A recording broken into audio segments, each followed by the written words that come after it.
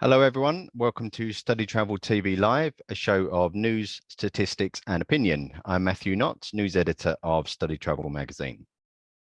Hello, everyone. I'm Nicola Hancock, editor of StudyTravel Magazine. Before we get started, for the best viewing experience, please put the call in side-by-side speaker view.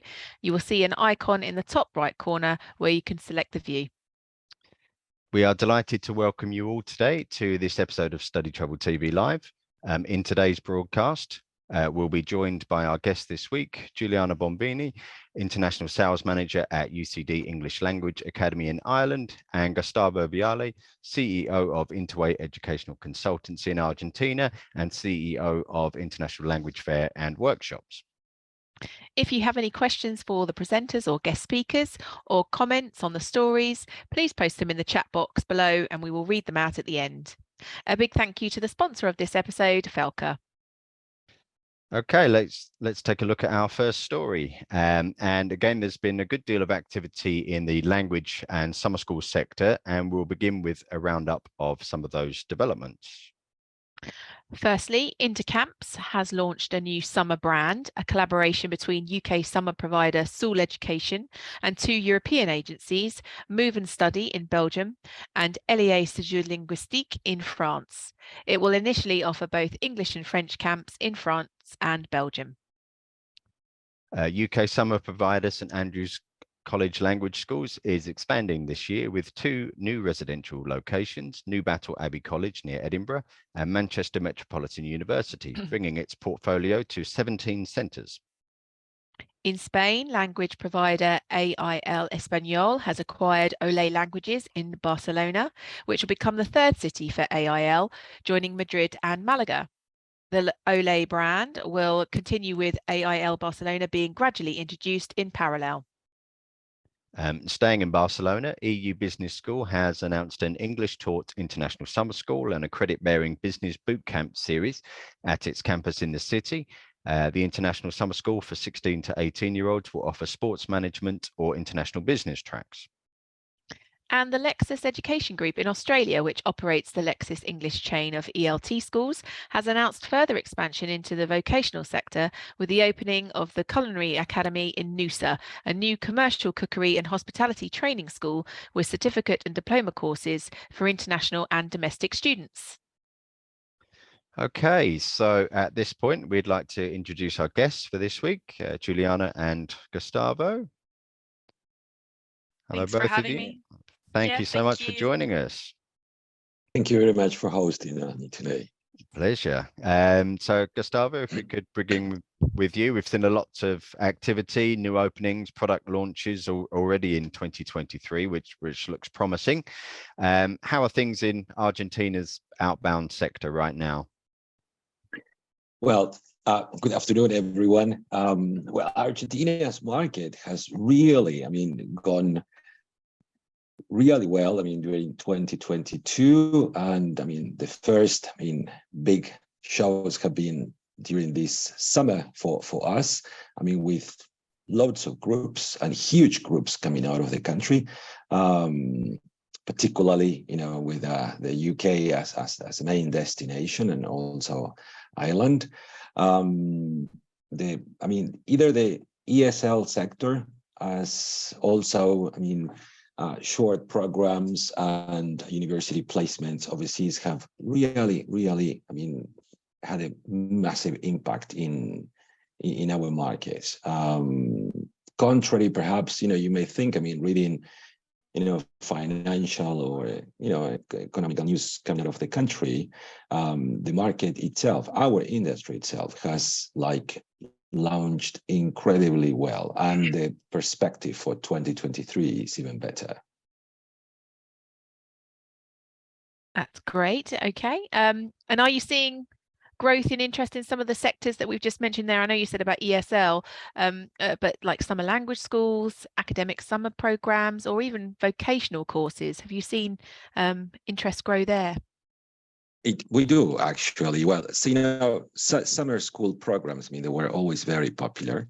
But let's say, after, pandemic, many agents have like not changed, but they are looking very much at those offers coming from, high schools or boarding schools more than, language schools, just for different reasons, so those programs are like becoming very, very much wanted by many agents. In terms of vocational and short-term programs, overseas, also, the demand is like, higher week after week. Definitely, it has to do with a change of mood of youngsters in Argentina because of economical situation in the country. So Argentina was not a country thinking about migrating or starting certain studies overseas with like future idea of overseas. But in these last 2-3 years, that way of thinking has changed, and many actually markets from overseas became very much attractive to our students, and actually sales have increased like, I don't know, 300-400%. Markets like Canada, markets like Ireland, I mean, it's amazing, So yeah, definitely, there was and there is a very important turn in the objectives of every agent, Very good, very positive news there. You mentioned Ireland there, so that's a good point to bring in Giuliana. How are things looking for UCD English Language Academy for this year?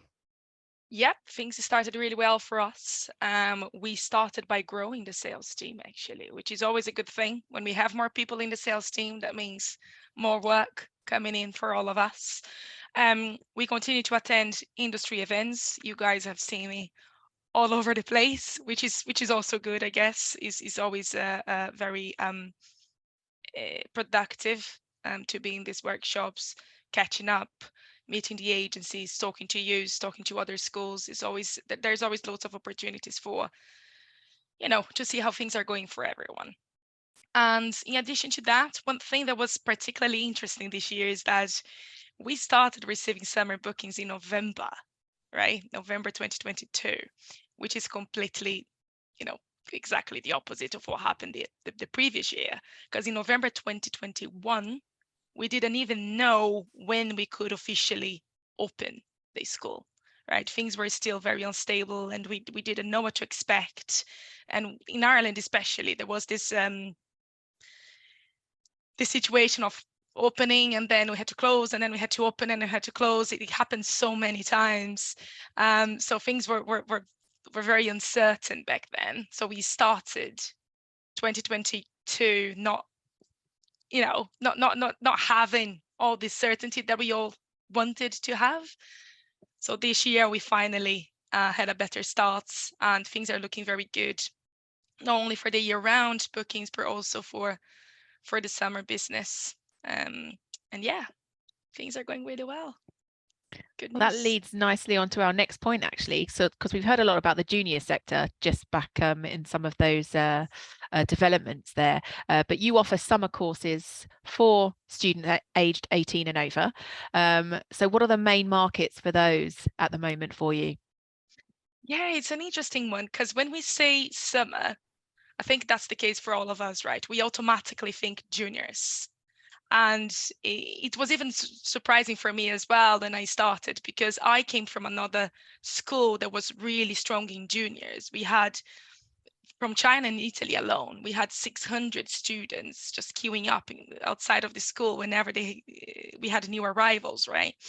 And then when I had to look from a different perspective and see the summer camps or the summer programs, if you like, for adults or 18 plus. I had to kind of reinvent myself, and we have to innovate a little bit as well. And now you see we have lots of students from universities all over the world, gap year students, professionals, like students from Europe, for example. They, as we know, is a direct market. And we all forget that there is so many students over 18 that want to travel in summer for study purposes. And this is the market we wanted to reach. And they are doing really well as a direct, in the direct market. And on the agency side of things, we see a lot of business coming from East Asia. So Japan, China, Korea, Mongolia. I love to say Mongolia because everyone is like, Mongolia. It's like, yes, great market for us as well. And they keep developing, they keep growing. Potentially, well, I know it's not going to be as good as China because we are talking about completely different population sizes here, but they love traveling to Ireland, even though it's relatively far. The interest is there. So they travel all year round, including summertime, and that's also the case for Japan. Actually, they travel a lot during the summertime, and that's these are the markets we want to reach during the summertime. In fact, we are having lots of Spanish and Italian students from agencies as well. It's not the same as the direct market, but there is a lot of opportunity there too. Okay, very good. So interesting. Yeah.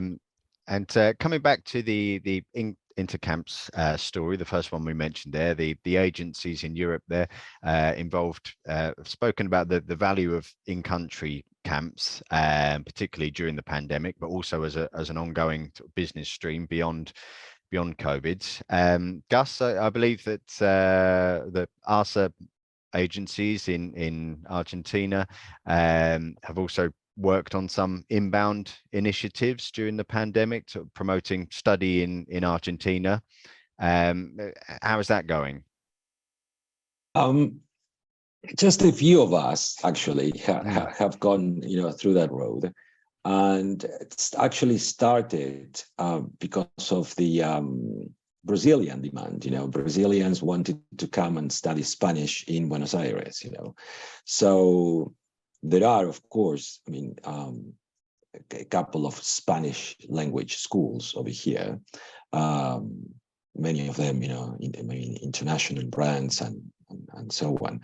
So, like in the beginning, agents were like not reluctant, but they just didn't know. We were used to like doing outbounding. So what this is a story about bringing people in.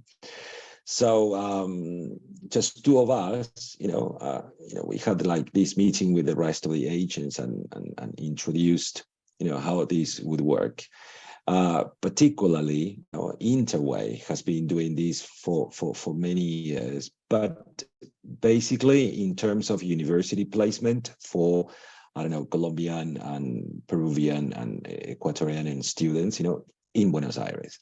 And then we started receiving these requests, as I said, mainly and basically from Brazilian agents, just to set up, this kind of like it wouldn't work as a summer camp. It was really like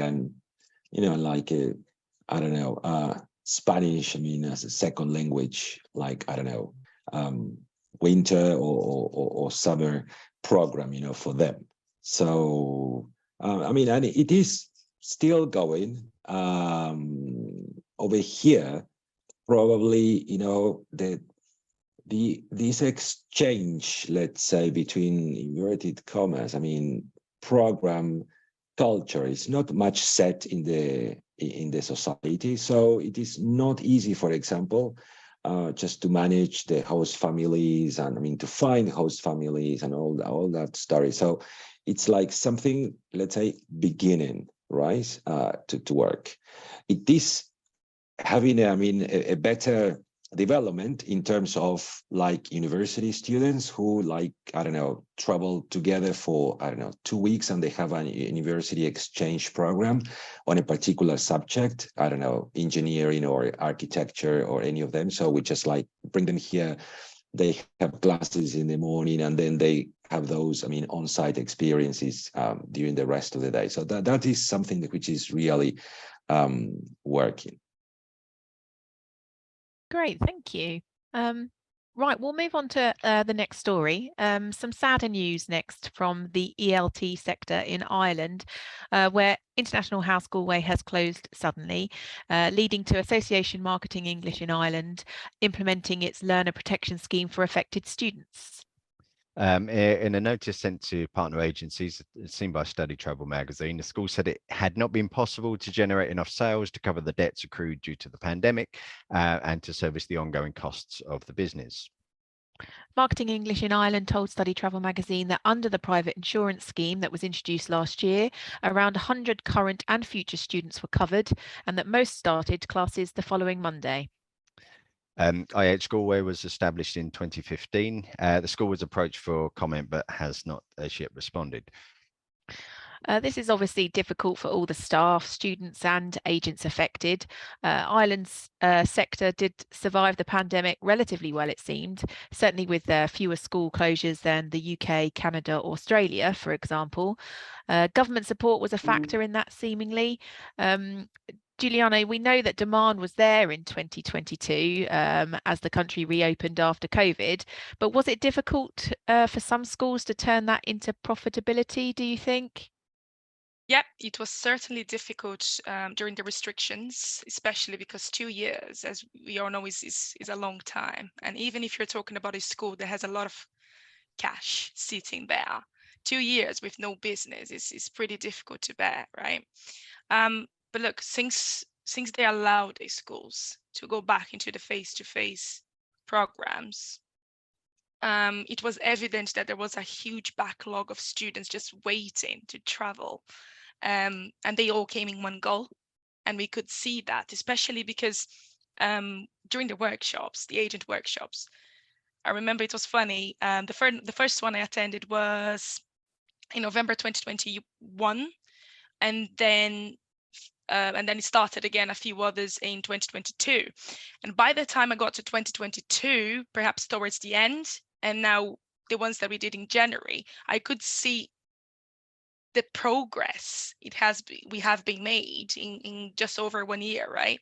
Because the conversations I was having with the agencies back in November 2021 and the conversations I have with them now, they're completely different.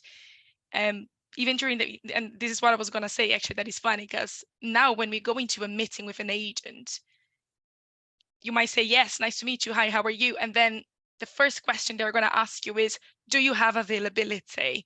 Can I send you students? Do you have space? So even before we start the conversations, the agencies are now checking the availability before the conversation even starts, right? And that's amazing, because it's essentially showing us that schools are struggling in a way with availability for everyone, which is the exact opposite scenario of where we were just over a year ago. Yeah.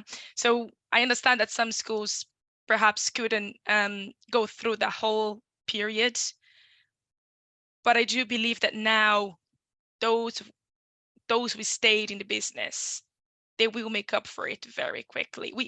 That's already happening. Yeah, we see loads of schools, especially in Ireland, are fully booked already. And we hear that from the agencies and the schools in the workshops all the time. Yeah, so it looks I think we should remain positive. Things are looking good for this year, and it's only going to get better. Okay, good, thank you. Yeah. Gustavo, this did raise some questions for the industry. The protection of enrolled learners scheme assisted the students there. We gather some agencies were listed as creditors by the liquidators. We obviously don't know the reasons behind that or the issues there. But a question was posted on this news story by an agent reader, which was, is it time for an escrow account in the industry? What do you think about that? Well, actually, as I don't know, I think I opened my computer a week ago, and first thing I read was this news about International House Galway, and like 2 hours later, my phone rang with a colleague of mine from Córdoba in the center of the country, just asking me, as Gus, I need your help. I said, I need to solve this. I have this, like, I don't know, 6 or 7 students, I mean, placed already there, and there was like 16 about to trouble with this situation. And okay, well, we did what we had to do. I think that a while before, when I was talking with you about this change of direction in some agents in terms of where they are thinking about doing their bookings in terms of ESL, why so many high schools or boarding schools became like as or more attractive, for agents than a normal language school. It has to do with this, I mean, many agents are very scared about, these situations. Definitely, and answering your question, I think that we should think throughout, I mean, an organization which could be, I don't know, the British Council, English UK, XX, whoever. Students should have and should pay like an insurance, and schools on the other side, and there should be like somewhere, which we know that if for any reason, I mean, a school needs to close, not necessarily to go bankrupt, I mean, just to close. I mean, those students at any level, will be relocated, will be, or in any case, if they choose not to be relocated or whatever, their money is going to get back, to them, because this is really complicated for the whole industry, not only, for the agents, but selling again the product, it's really complicated afterwards. So the job done by many sales executives, from all the range of institutions, I mean, becomes like, useless at a certain point. It's like people start looking like over the shoulders, says, okay, well, what is this, bringing to us, particularly in a continent like the Americas, I always say, I mean, Central America, South America is a very different pair of shoes, compared with the rest of the markets in the world. So over here, these things are really, really complicated, then to change, just to overgo, with sales and reputation and all those things, Thank you, Gus. Well, I mean, to add to that, FELCA, the Federation of Education and Language Consultant Associations, has been discussing this very idea for many years, and there has been broad support for such a scheme. But is it possible at a global level? And should destination governments take it upon themselves to implement this kind of account, as I think Australia already does, for example? What do you feel about that, Giuliana? Yep, I can only see benefits for the whole industry to be using escrow accounts. It's easy to set up, easy to manage it, and most importantly, it gives this extra level of security and trust that agents and students need from us, right? I'm not 100% certain that this is possible in every country, because maybe there is some legal aspects to consider in order to do that. I'm not sure, but if it's possible, and if it is within the law, I don't see a reason not to use them. However, there's also another possibility, which could be, if we're talking about a school, for example, that is part of a larger organization, they can potentially consider taking the payments through the larger organization rather than as part of the unit of their school itself.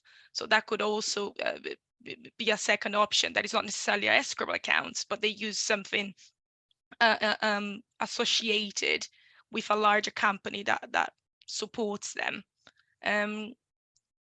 But I know it's not the case for everyone. Generally speaking, I think the escrow account is a big help, and all schools should consider using that. But look, we are part of an industry that they are generally more conservative, they're more traditional, so you don't just implement changes very easily. Yeah, not everyone is into changing things, especially when they have done things the same way for decades, right? You see, if you take an example of Advisor, 10 years ago, we didn't have a platform that would connect schools and agencies continuously. And then Advisor came into play, and then they started little by little, baby steps, to implement that idea of having a platform that connects everyone. And see where they are now. They are growing very quickly now, but in the beginning, it wasn't that simple. It took them a long time to get to where they are now. So I believe that with the escrow account, it would be a similar model.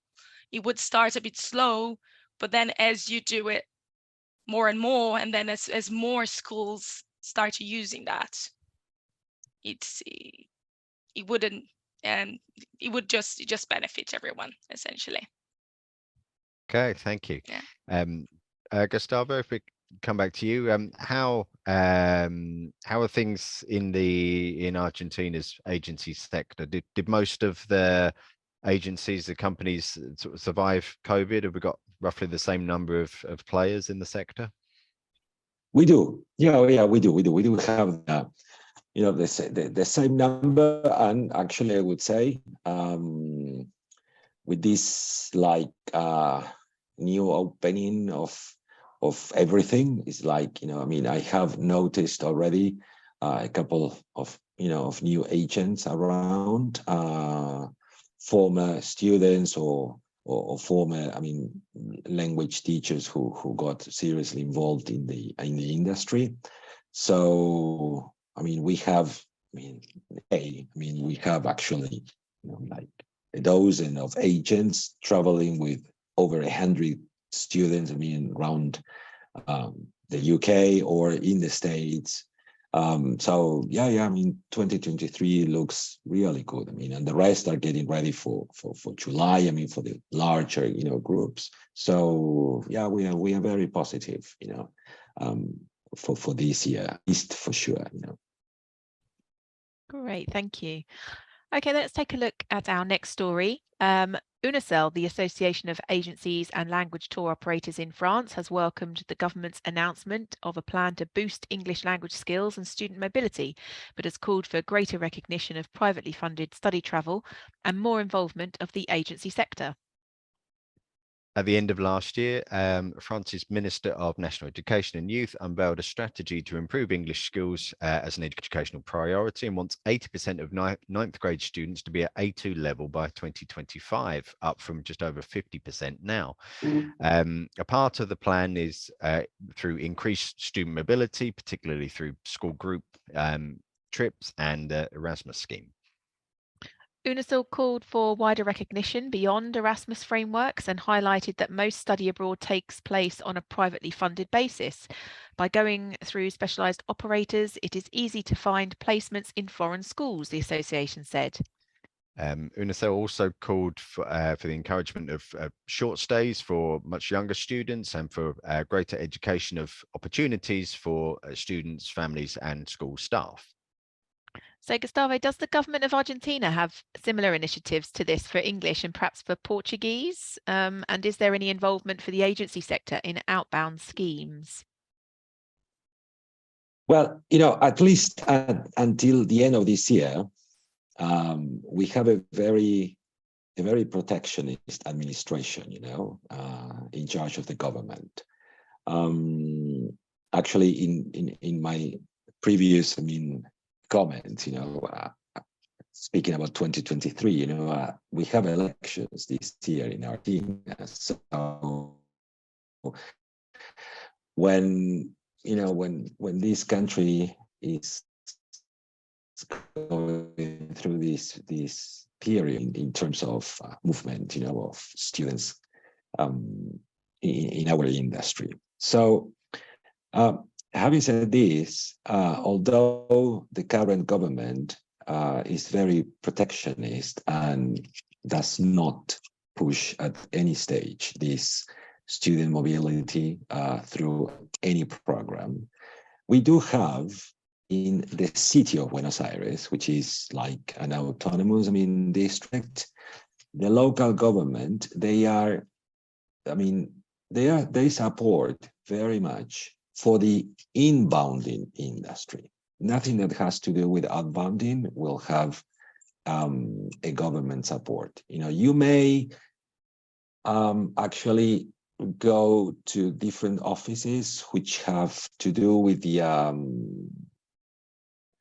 UN local offices in our country or the EU local offices in our country, then, well, you may find certain support, but supported by local authorities, it is not, no chance for that. When I am in the UK and I go through Erasmus and I've been working in Europe with all that, I'm actually, like it's day and night. It has absolutely nothing to do one thing with the other. No ways. Do you think those... Sorry, different, I may say, it works in Chile or in Peru. Yeah. There is a very positive approach from the local authorities through that, but in the case of Argentina, no. And do you think these kind of schemes to improve language skills, there's sort of national government plans to improve their language ability of high school students, do you think that helps to drive demand for privately funded study abroad schemes, Giuliana? Yeah, so well, talking about Erasmus, for example, right? It's 100% beneficial for all of us, and it shows us how far we can go in the adult market in the summer, because that goes back to your question in the beginning of the conversation as well.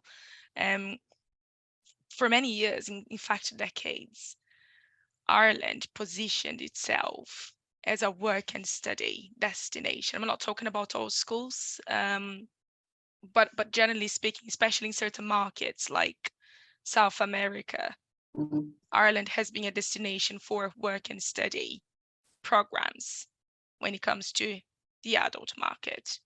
But with Erasmus, that opens a whole new world of opportunities. And now through these programs, we are attracting a completely different student profile to the programs. They are professionals.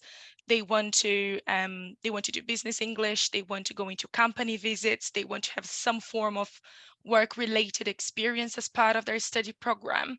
So with that in mind, I guess going back to the point of the adult markets, the options are unlimited, and especially with these government-funded programs, it just kind of it changes the scenario, so we don't have to rely so much on those work and study programs when it comes to the adult students, because now we have these other options as well with Erasmus programs or government funded in general. In UCD, we work with the Kuwait and the Saudi Arabia governments. So the government of these countries, they send us the students. It's different from Erasmus, but is also a government initiative, which also changes that good old work and study program that everyone knows about in Ireland. And you mentioned Erasmus Plus and so with the UK's withdrawal from Erasmus at the end of 2020, is Ireland set to benefit from a lot more Erasmus funded mobility, such as teacher training, for example, do you think? Yeah, 100%. We are already working with these projects. Quite a few of them are from Spain, Italy, Germany. So there's loads of countries that are working specifically with the teachers or the 18 plus students in general. And it's working really well for us. And as I said before, they are looking for that extra. They are looking for the plus. They are just not looking for English courses alone anymore. And that has shown that the student profile has changed as well. And the schools have to adapt and make that change in order to meet their requirements and their expectations. So it's working really well for us. Okay, good. Thank you very much. Well, that brings us up to date with the stories for this week. So at this point, we'd like to open up to the audience to see if there are any questions for our guests today or for the StudyTravel team. These can be on any of the topics we have discussed. If I could ask you to keep an eye on the chat function. Nick it out. Yes. But just while we're waiting, Gustavo, you run the International Language Fair and workshop events. How are those going for you, and what's next? Oh, that's going really well. Next one, well, a very different workshop. It's going on in Cancun, in Mexico, Nice. in a 5-star resort by the beach. Now starting on February the 19th for 3 days. A very nice boutique workshop, with the whole of Central America and the Caribbean agents attending on site. It's a hybrid event, but mainly I would say 95% of agents are going to be on site there. So it's a very nice opportunity for everyone, just to get together, either educators, service providers, and agents. And well, in mid-September, it's the one we organized for the Latin American countries, the Spanish-speaking Latin American countries in Buenos Aires. That goes from the 8th to the 11th. Always a boutique concept of workshop where we understand that Latin American, Central American agents, they are different. They need always just to establish that empathy, with the ones they are going to do business with. And we were requested many years ago just to start with this, and I think we learned the way how to do it, and then we are doing really well, and very happy with the results on either sides. Agents are very happy and educators as well. So it works really well. Very good. So on a cold winter's day in the UK, a 5-star resort in Cancun sounds pretty good to me. It does. No questions in the chat box at the moment, so we can ask Giuliana one of our backup questions, which is, we know you've been to a lot of STalfie events over the last 2 or 3 months. How have they been for you? Yeah, very, very productive. One thing that I also noticed in comparison to what it was before, right, especially when I started attending the events back in 2021, is that now the agents come to you with concrete, solid opportunities. They know what they're bringing to you. They know the numbers. They know the dates. They know exactly what they want to include. It doesn't mean that it wasn't like that before the pandemic. Definitely was, but I think now we can see that the scenario has definitely changed. I see things much clearer now with the agencies when we talk to them in the meetings, and I come back to the office and I know exactly what I have to do with each of them, as opposed to coming back to the office and just sending follow-up emails and just expecting to see something happening from there and arranging, follow-up calls or follow-up video calls, follow-up emails and all that. So things are definitely looking more positive for all of us. We are expecting loads of groups from East Asia and from Europe this summer. In fact, that's an interesting thing to say as well, because when we say adults summer, people don't think groups as such, but there is a lot of opportunity in there in this market, and we see that the opportunity specifically coming from East Asia, and again from Erasmus, as I said before. I think Said has a question in the chats. He does. What he said? He says, what was your favorite, Giuliana, out of the ST events, and what do you expect to change this year for the industry? Well, my favorite is Alpha Japan, because that's the best market for us. I definitely have to say that. And what to expect in terms of change in the industry, I think because we are getting that still slowly getting that backlog of students who didn't travel for 2 years.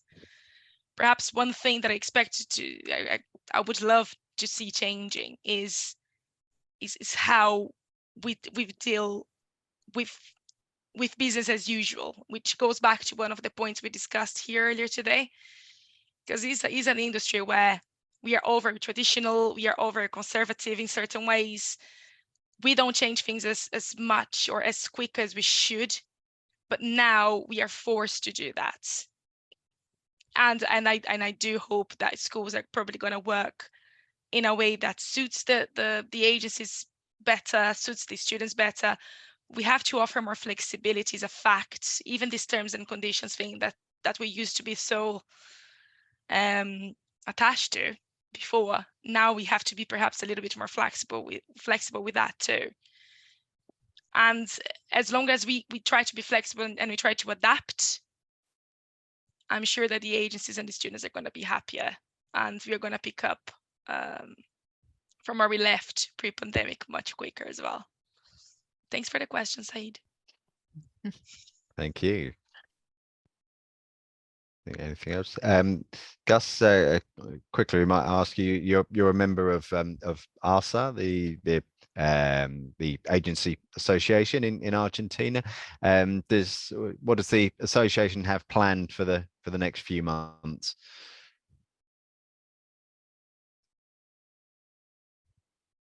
Well, everyone, I mean, we just closed doors. I mean, in the beginning of December, and it's, I mean, summer holidays started, and many agents are, traveling around with the groups and so on during our summer. So we are expecting everyone to be back, particularly our president, Gabriela. I mean, she's in London at the moment, I think. So as soon as, she gets back and the board gets together, definitely we will set up, the different activities for the year. Honestly, I have no idea what they bring, within their hands. I mean, just to work for this year.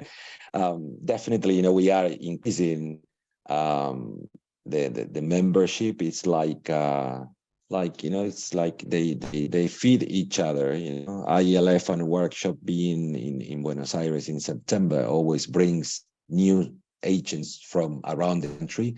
And there is ARSA, just waiting for just to invite them and train them and so on. So definitely, I mean, there is always a lot to be done. Sure. There is always to be done. The association has improved a lot in terms of marketing strategies and so on for agents. I mean, most of our grown-up guys, so this thing of the technology and social media and all that stuff was really a tough thing, and I noticed that many plans were focused on that direction, and it did really well. It did really well for all of us. Okay, very good. Well, I'm sure we'll get Gabby on at some point to discuss those plans in the future. Yeah.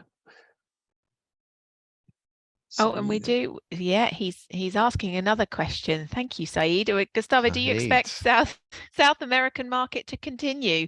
Which countries apart from Brazil do you expect to grow? Wait for your question. Well, Brazil is always, I mean, like a whole continent in one country. I mean, you have like over 600 agents, so it's really important. Now, of the Americas, there is always the political component here. When Mexico is doing really well, probably Colombia is not that well, and then that the same happens, between both. I mean, it's like the youngest cousin is Argentina, in terms of agents and so on. So it's like the Argentinian market like suffers here. So unfortunately, to be said, we need to see, how the political scenery moves, across these countries. We need to see what Colombia is going to bring with this new president, and what is going to happen, after the elections, Argentina and so on. For sure, any of the countries that we mentioned and the ones we didn't as well, they definitely, are in the growing path. The problem, or the thing is that we need to check is, what the obstacles are going to be, because there is never going to be like an easy way, just to, so we need to wait and see what obstacles are going to come out, in our way. So we need to be always very attentive of what's going on, in the political field over here. We've seen that a few times, haven't we, Gus? Because you see, if you look back to 2014, Venezuela had Khadivi. Remember Khadivi's time?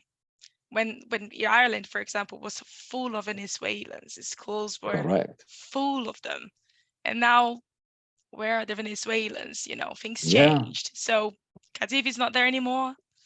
And those volume of students coming from Venezuela are not there anymore either.